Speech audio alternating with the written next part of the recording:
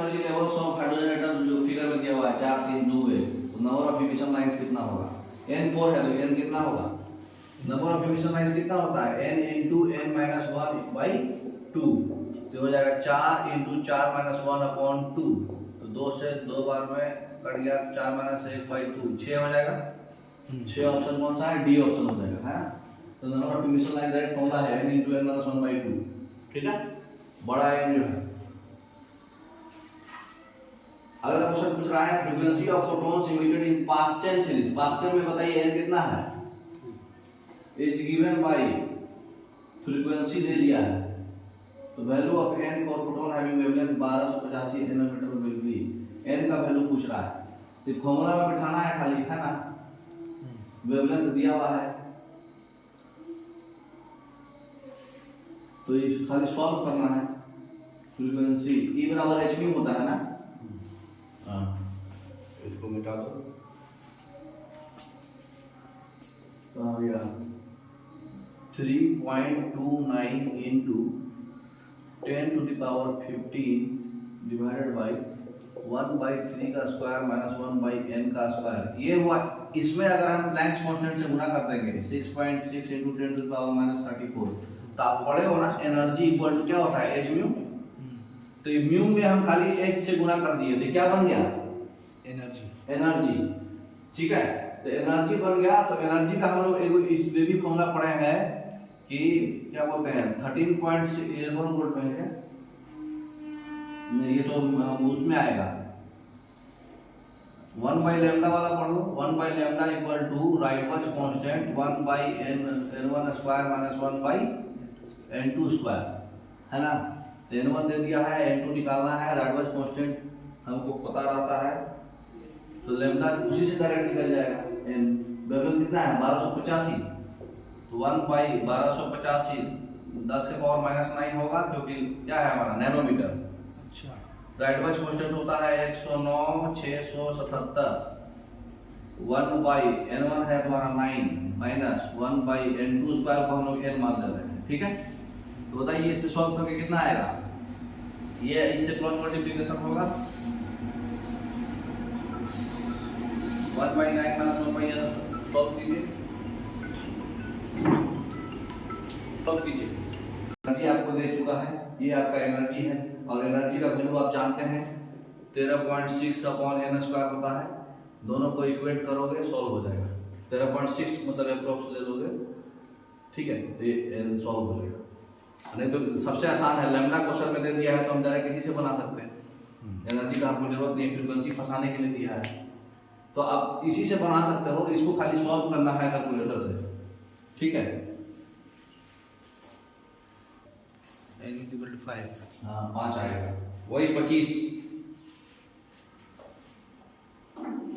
अगर क्या है इलेक्ट्रॉन का काइनेटिक एनर्जी दिया हुआ है, डी ब्रोगली वेवलेंथ कितना होगा अप्रोक्सीमेटली। देखिए ये डी ब्रोगली वेवलेंथ का फॉर्मूला अभी हम लोग पढ़े नहीं है, अभी आप पढ़ लीजिए। लैम्डा इक्वल टू h/mv होता है, ठीक है।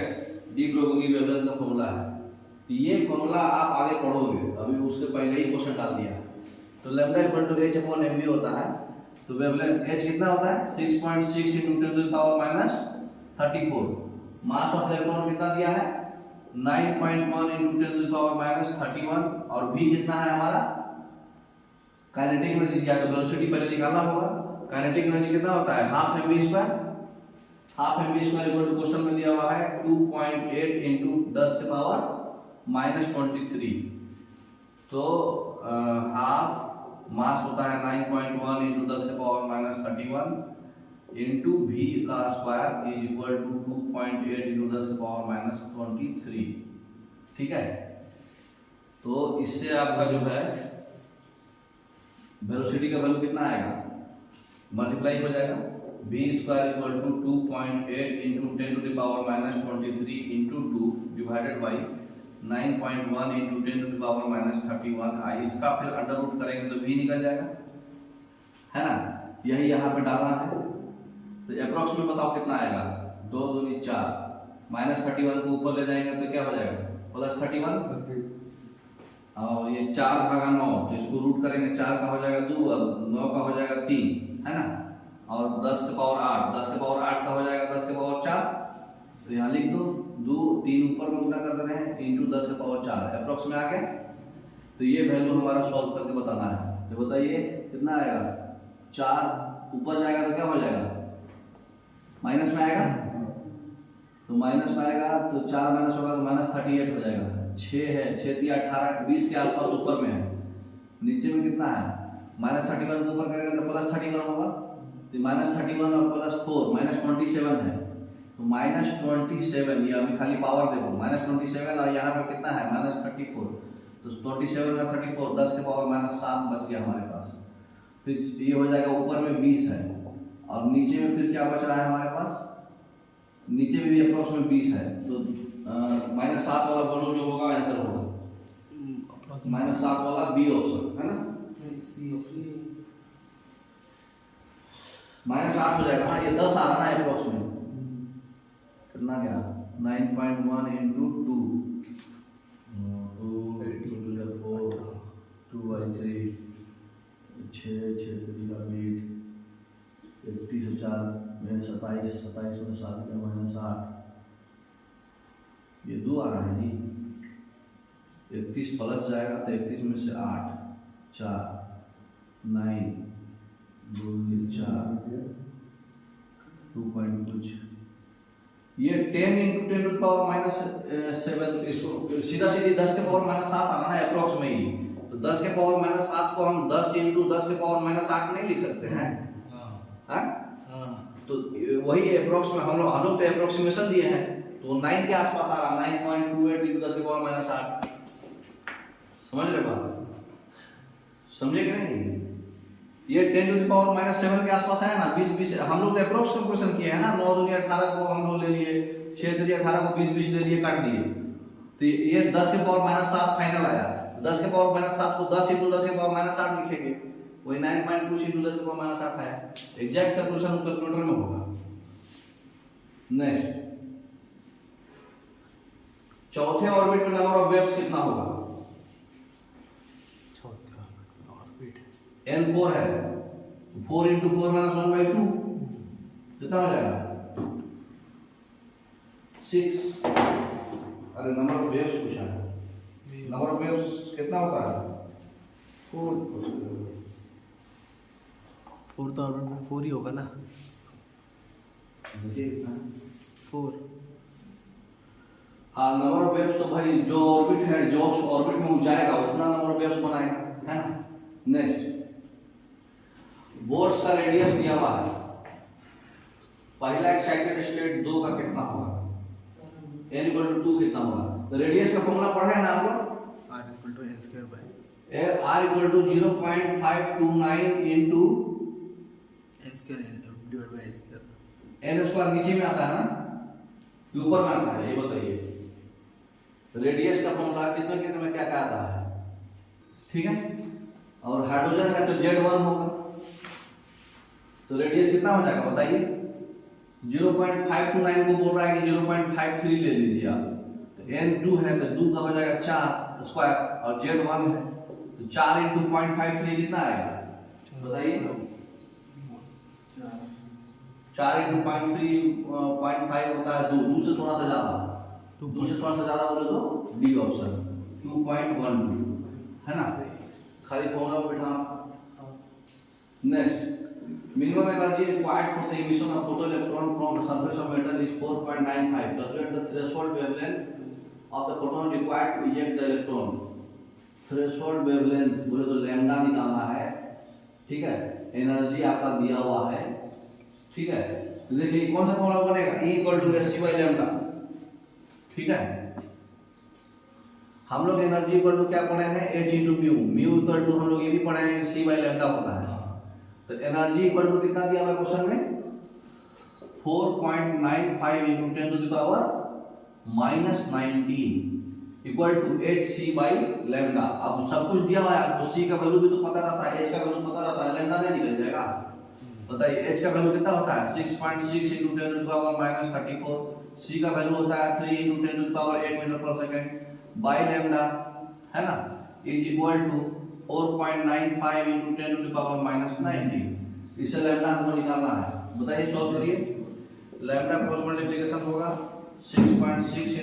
Power minus 34 into 3 into 10 to power 8 divided by lambda नीचे आ जाएगा 4.95 इंटू 10 टू पावर माइनस 90। तो बताइए सॉल्व करके कितना आएगा? 6 3 18 20 और ये 5 ये हो जाएगा अप्रोक्स में 4 और 10 के पावर माइनस 34 है और प्लस 8 है तो माइनस 26 हो जाएगा और ये ऊपर जाएगा तो माइनस 26 और ये 7 माइनस 7 कितना मीटर देख लीजिए कौन आ रहा? D option. ठीक है। Next work function metal A B C respectively दिया हुआ है 1.92 2 electron volt 5 electron volt. Actually question के अनुसार मेटल जो होगा जो है जिसका वेवलेंथ जो है 4100 एंगस्ट्रॉम है तो कौन सा इलेक्ट्रॉन निकलेगा? देखिए वर्क फंक्शन क्या होता है H मी नॉट, उससे ज्यादा एनर्जी होगा तभी निकाल पाइएगा। तो क्या है, किसने पूछा है? वेवलेंथ में पूछा है ना, तो हम लोग डायरेक्ट वेवलेंथ निकाल देते हैं equal to SC by lambda. यही पढ़े हैं ना फॉर्मूला। तो क्वेश्चन में क्या पूछा है? सबका एनर्जी दिया हुआ है इलेक्ट्रॉन वोल्ट में 1.92 2 और 5 तो 1.92 इंटू 10 के पावर माइनस 90 भागा करना पड़ेगा ना जी, तब जाके नॉर्मल में आएगा। 1.6 इंटू 10 के पावर माइनस 19 करेंगे तो ये जूल में आ जाएगा, है ना। ये हो गया जूल में एनर्जी। H होता है 6.6 इंटू 10 के पावर माइनस 34 इंटू C होता है 3 इंटू 10 के पावर 8 डिवाइडेड बाई लैम्डा। इससे लैम्डा निकालिए, ठीक है। उसके बाद अगला फिर B का लैम्डा निकालिए, C का लैम्डा निकालिए और वो मिलाइए कि 4100 से ज्यादा है कि कम, है ना। समझ में आया बात? तो ये लैम्डा हमारा एक हम निकाल के बता दे रहे हैं 1.6 इंटू 10 के पावर माइनस 19 इंटू 6.6 इंटू 10 के पावर माइनस 34 इंटू 3 इंटू 10 के पावर 8 डिवाइडेड बाई 1.92। खाली दिखने में बड़ा है, बहुत जल्दी बनता है सब। देखिए ये और ये तो गुना करके 20 हो गया और 1.6 और 1.92 अप्रोक्स में कितना आ जाएगा? ये इसको 2 मान लेते हैं। 20 16 दूनी 32 3 हो गया, 3 भागा 2 मतलब 1.5 हो गया अप्रोक्स में, है ना। और ये 10 के पावर माइनस 19 और माइनस 34 कितना हो जाएगा? सब एंगस्ट्रॉम में देना है तो जो भी आएगा उसको भागा 10 के पावर 10 कर देंगे तो 19 इंटू 10 के पावर 10 यहाँ करिए देते हैं डायरेक्ट ताकि एंगस्ट्रॉम में आंसर आए। तो ये कितना हो जाएगा? 19 और 34 कितना हो जाएगा? 34 और 19 43 और 10 53। 53 में से 8 जाएगा, कितना हो जाएगा? 45 में से 10 जाएगा 35 इंटू 10 के पावर माइनस 35। ये आ रहा है अप्रोक्स में। और अगला कितना है हमारा 4100। ये तो कम है, ये तो नहीं होगा। तो बस इस मतलब हमको क्या करना है? लैम्डा सबसे निकालना है, ठीक है। तो लैम्डा सबसे निकालना है और मतलब जो फोटो इलेक्ट्रॉन निकालेगा लैम्डा उससे कम आना। थ्रेशोल्ड फ्रीक्वेंसी क्या पढ़े हैं? फ्रीक्वेंसी उससे ज्यादा आना, लैम्डा उससे कम आना। जो भी 4100 एंगस्ट्रॉम से कम आएगा, कम आना कि ज्यादा आना, C बाई लैम्डा नॉट। ये लैम्डा नॉट दिया है हमारा, हाँ ज्यादा आना। तो 4100 एंगस्ट्रॉम से जो ज्यादा फ्रीक्वेंसी में नहीं कम आना, 4100 एंगस्ट्रॉम से जो कम आएगा वो इलेक्ट्रॉन निकालेगा, ठीक है। ये 4100 एंगस्ट्रॉम बोले तो कितना 4.1 इंटू 10 के पावर कितना हो जाएगा? ये माइनस 12, ठीक है। और यहाँ पे देखो माइनस 35 है, ये तो कम है, लेस देन 4.1 इंटू 10 के पावर माइनस 12 है। इसका मतलब कि ये इलेक्ट्रॉन निकालेगा, ठीक है। तो लैम्डा नॉट हमारे को दिया हुआ है, लैम्डा नॉट से हमारा लैम्डा जो है कम आना चाहिए। तो जिसका कम आएगा, जैसे देखो C का इसमें नहीं बता रहा, आप C का दिखा दे रहे हैं कि C का उससे ज्यादा आएगा, ठीक है। C कितना है? 5 इलेक्ट्रॉन वोल्ट है। तो 5 भागा 1.6 गुने 10 के पावर माइनस 19, ये हो गया एनर्जी, ठीक है। SC बाई लैम्डा होता है 6.6 इंटू 10 के पावर माइनस 34 इंटू 3 इंटू 10 के पावर 8 डिवाइडेड बाई लैम्डा। इससे लैम्डा निकालो कितना आएगा? लैम्डा इक्वल टू कितना हो जाएगा 6.6 इंटू 10 के पावर माइनस 34 इंटू 3 इंटू 10 के पावर 8 इंटू 1.6 इंटू 10 के पावर माइनस 19। खाली दिखने में बड़ा है, कैलकुलेशन छोटा रहेगा भाई 5। तो देखो 6 3 का 18 ये 20 हो गया, तो 20 का 5 बार में सीधा सीधी 4 कटेगा और 16 चौके 64, ये हो जाएगा 6.4। माइनस 34 है और माइनस 57 है, 34 और 39 कितना हो जाएगा? इंटू 10 के पावर 10 करोगे ना आप उसके लिए एंगस्ट्रॉम के लिए, तो ये 34 और 19 53 4000 से ज्यादा हो गया ना 6.4। हाँ तो ये ज्यादा आ गया ना, 6.4 आ गया मतलब ज्यादा हो गया। तो ये ज्यादा आएगा इसका मतलब ये नहीं निकालेगा, कम आना। ठीक है, ऐसे देख लो कितना आएगा ये 34 और 19, 34 और 43 53 में से 8 जाएगा 35 और 35 में से 10 जाएगा 25।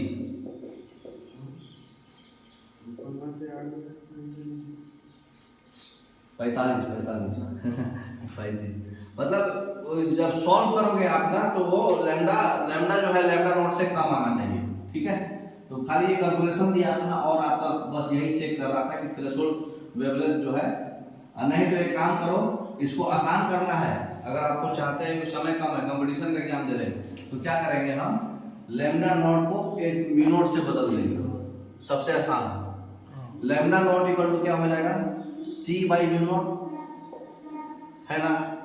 लैम्डा नॉट तो म्यू नॉट हमारा क्या हो जाएगा C बाई लैम्डा नॉट।